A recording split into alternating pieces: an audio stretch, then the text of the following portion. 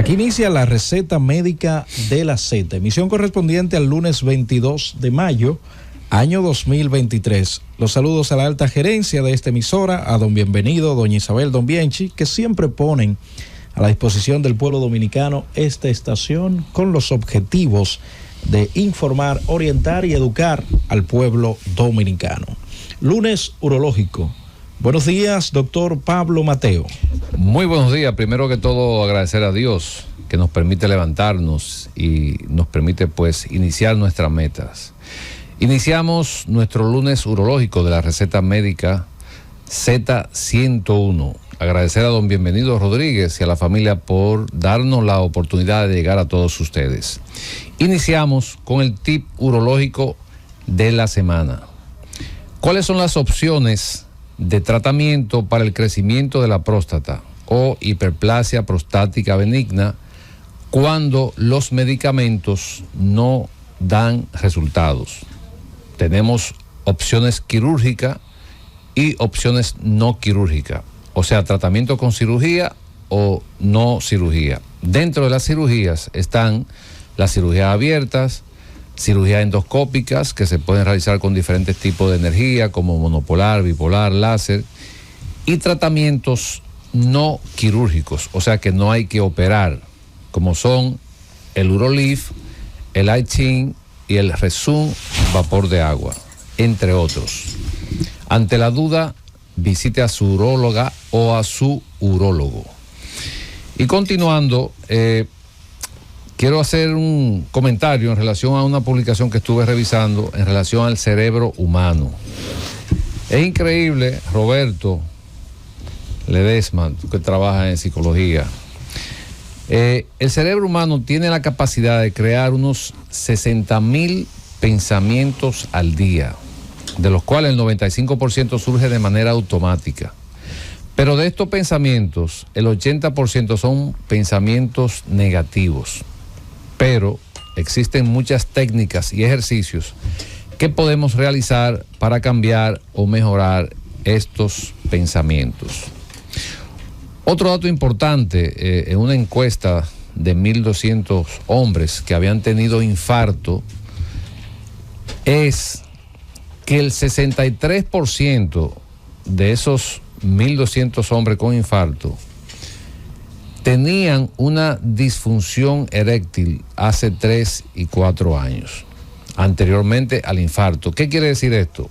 Y aunque está demostrado, aunque está comprobado, pero traemos la información para informar a nuestros oyentes de que una disfunción eréctil, un trastorno de la erección, podría ser una sintomatología de una condición cardíaca que está ahí, vamos a decir, asintomática, que está dormida. O sea, los problemas cardíacos van de la mano directamente con los problemas de función sexual. En este sentido, pues lo que queremos informarles a nuestros oyentes de que siempre deben evaluarse desde el punto de vista cardiovascular. Muy buenos días, doctor Wellington Ledesma. Buenos días, maestro. Un saludo para todos los que están aquí en cabina, Roberto, y para todos los que están en su hogar. Ese comentario que usted acaba de hacer, a mí me encanta porque a mí me ha tocado presentar para diversas especialidades la disfunción eréctil, las disfunciones sexuales. Y hace un año yo presentaba esta conferencia y asociaba a esta condición, los pacientes que le daba infarto, que había un periodo de 4 a 5 años antes que habían debutado con una disfunción eréctil, era la relación. Pero estuvimos en una conferencia magistral el jueves pasado y usted trae esta data que a mí me encanta compartirla cada vez que puedo. Ya vamos por 2 o 3 años. Es decir, se está acelerando y descompensando más un paciente que sabemos está teniendo muchas comorbilidades. Y quería hacer esa nota porque es una forma. Usted puede estar presentando una disfunción eréctil y debutar con un problema que en 2 años puede desencadenar en un infarto. Eso es lo que estamos diciendo. No, y me chocó el porcentaje, un porcentaje alto de pacientes que ya tenían la disfunción y que debutaron, vamos a decirlo así, con un infarto. Entonces, es importante que cuando usted tenga cualquier dificultad, busque ayuda temprano. No espere que la cosa se agrave. No, y entender el comentario inicial a ese enunciado. Nosotros somos gente que vibramos de una forma. Y a mí me encanta estar con la gente que tiene buena vibra, que tiene esa buena li. Y trato de mantener a esas personas cerca y por el contrario, alejarme de los que no, porque es que eso se contagia. Yo ahora mismo estoy limitando el acceso a las redes sociales porque veo una cantidad de noticias que me deprime, que me hace sentir mal, que me mantiene despierto, que me afecta, versus yo decidir ver y analizar cosas que me generan alegría, que me generan tranquilidad, que me mantienen en un tono y en un equilibrio diferente a eso. Y hay algo que nosotros soltamos, Roberto, siempre que podemos. Así es. Pues vamos a pasar inmediatamente a presentar nuestro invitado especial en el día de hoy. Es el doctor Jonathan Gómez. Jonathan Gómez es residente de 4º año de urología. Quiere decir, para los que no entienden, residente quiere decir que él está haciendo su especialidad en urología y se gradúa dentro de unos cuantos días ya. Esto lo estamos haciendo para, estimular a los jóvenes que son el futuro, y es una manera de que pues nos ayuden con datos que ellos tienen porque se mantienen estudiando constantemente. El doctor Jonathan Gómez pues presentó una actualización de lo que fue el congreso más grande que se hace o más importante para nosotros en el mundo, que fue en Chicago hace una semana, y él nos va a actualizar, o vamos a hablar hoy de lo que es la enfermedad litiásica y endourología. Muy buenos días, Jonathan, los micrófonos son suyos, gracias por aceptar la invitación. Muchas gracias, doctor, muy buenos días, me siento muy bien, muy contento de estar aquí con todos ustedes. La verdad que es un honor para mí, sobre todo también para la escuela a la que represento humildemente. Bien, en el día de hoy hablaremos un poco acerca de la enfermedad litiásica, cálculos. Fue la parte donde me centré en aquella reunión que se realiza anual. Esta oportunidad se realizó en la ciudad de Chicago, del 28 de abril al 1 de mayo. Sí, es importante decir, Jonathan, me disculpa, que Jonathan está haciendo la residencia en el Hospital Central de las Fuerzas Armadas, o sea, ya hemos invitado en otras ocasiones ya a la Escuela del Seguro Social, del Hospital Moscoso Puello.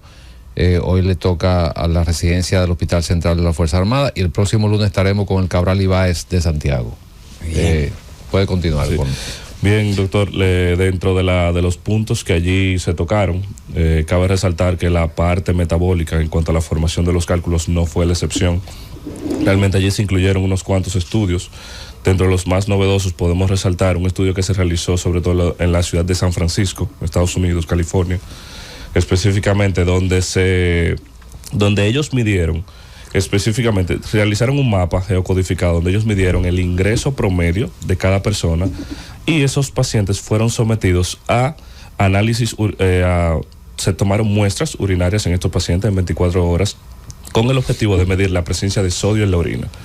¿A qué llevó este estudio? Al hecho de relacionar, para la redundancia, el nivel socioeconómico de estas personas con la presencia de sodio en la orina y con la posibilidad de desarrollar cálculos sintomáticos en el futuro. Doctor, entonces usted quiere decir, si yo no entiendo mal, que tiene que ver el nivel social o el nivel económico de la persona con la incidencia de cálculos en vías urinarias. Así es, doctor, porque realmente ellos lo que hicieron fue que compararon el nivel socioeconómico y también vieron y se dieron cuenta que esta población presentaba una limitación y una baja accesibilidad a lo que eran los alimentos saludables y que los permitían o que limitaban la formación de los cálculos. Estamos hablando de una enfermedad litiásica, cálculos en las vías urinarias y en los riñones, pero de manera popular son piedras en los riñones. La gente conoce esto de lo que estamos hablando hoy como doctor. Tengo piedra en los riñones me están matando. Y cuando tú mencionas el sodio, una alta ingesta en sodio, para simplificarlo, estamos hablando de sal. Estamos hablando de la sal. La sal, que es un conservante para muchísimos alimentos y de comida rápida y de comida chatarra. Es uno de los minerales que nosotros asociamos su ingesta a enfermedades crónicas que cada vez de manera más prevalente aparecen en personas más jóvenes, como la hipertensión arterial. Entonces esa sal que me sube la presión también me puede generar cálculos. Así es, doctor.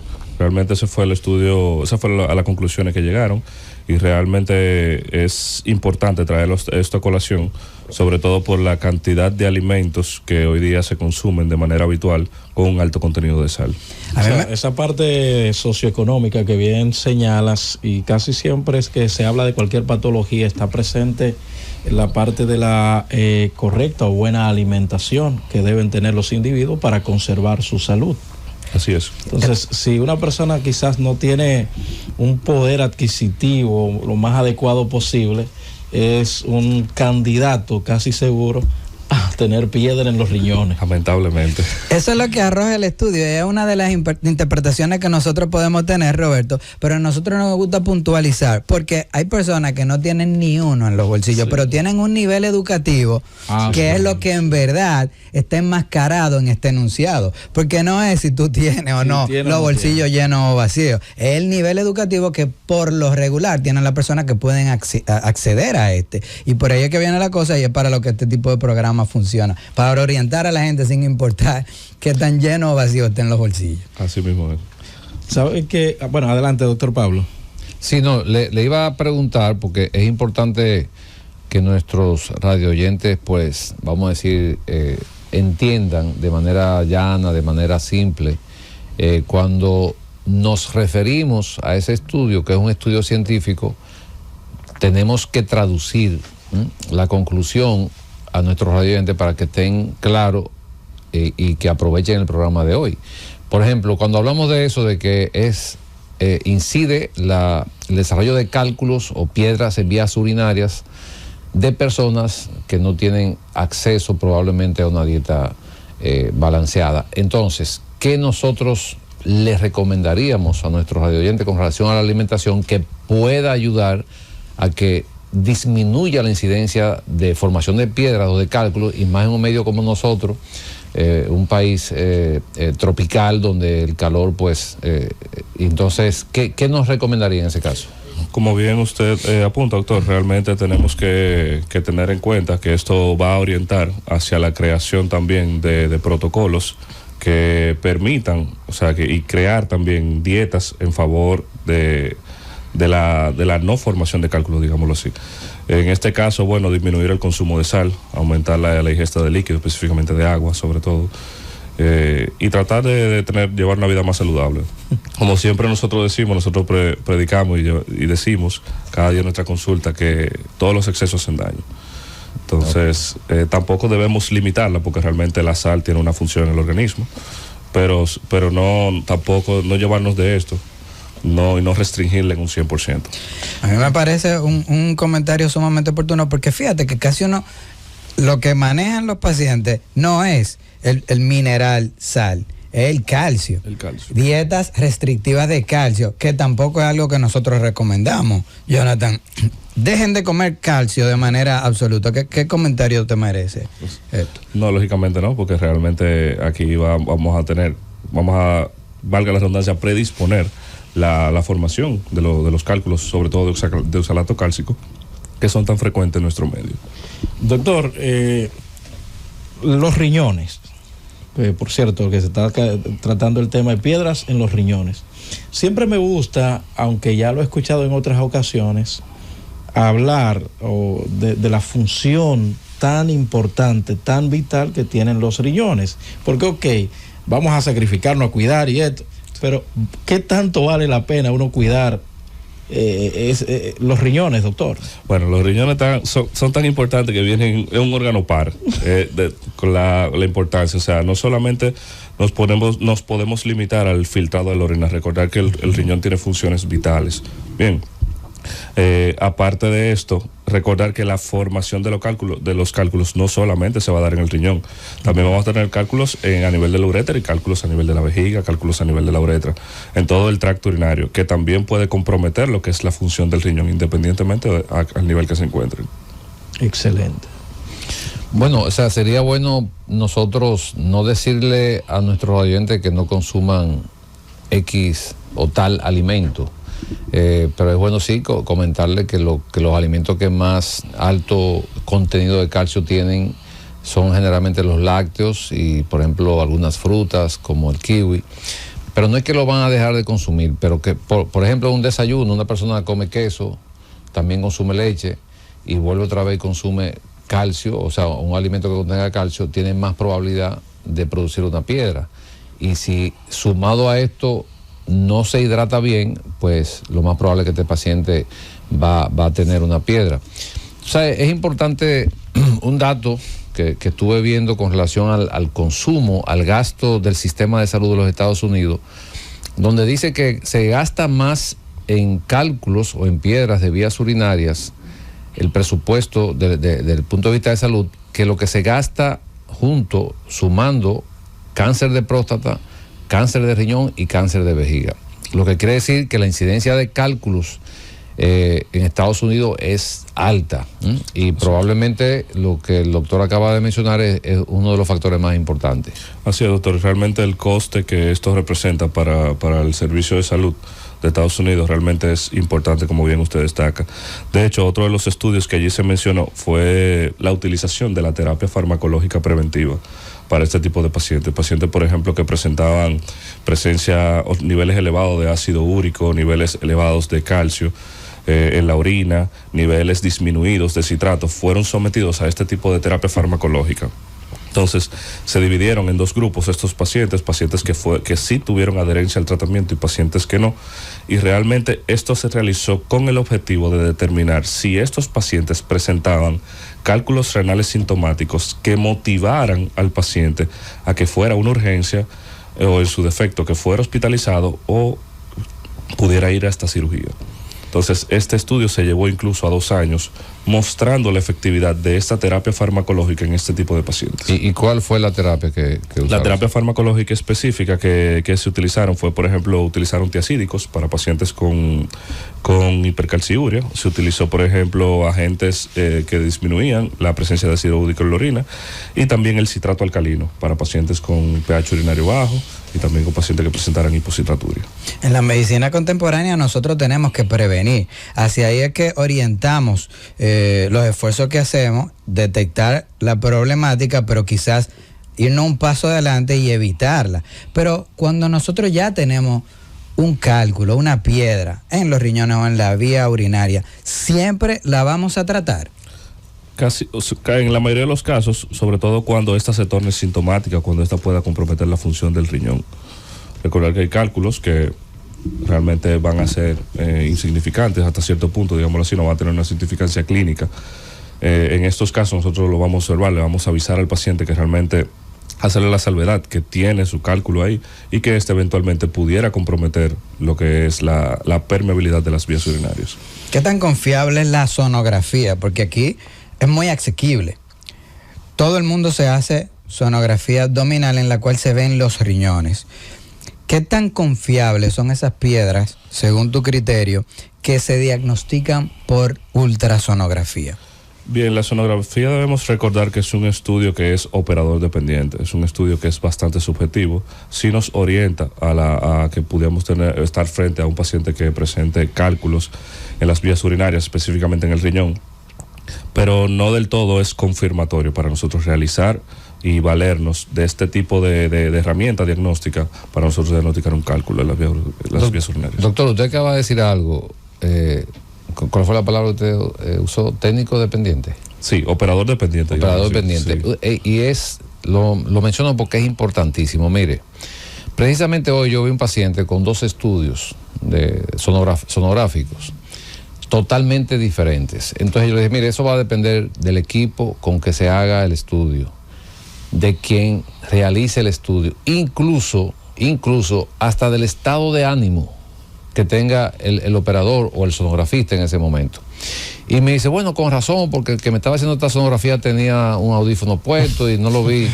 Entonces, bueno, a lo mejor esa no es una causa, pero lo que quiero decir y resaltar es el término que usted usa, que muchas veces una sonografía puede reportar una cosa diferente a otra, pero varía mucho esa parte, el equipo, quien lo realice incluso hasta el estado de ánimo. No quiere decir que esté mal hecha necesariamente, pero si usted tiene una duda, lo ideal es buscar otra opinión y ver si ese resultado es correcto. Así es. Bueno, vámonos a una pausa, pero voy a dejar una pregunta para ser respondida luego de la pausa y antes de la participación del público. Edades más frecuentes en que suelen aparecer los cálculos en los riñones. Cundo, llévatelo.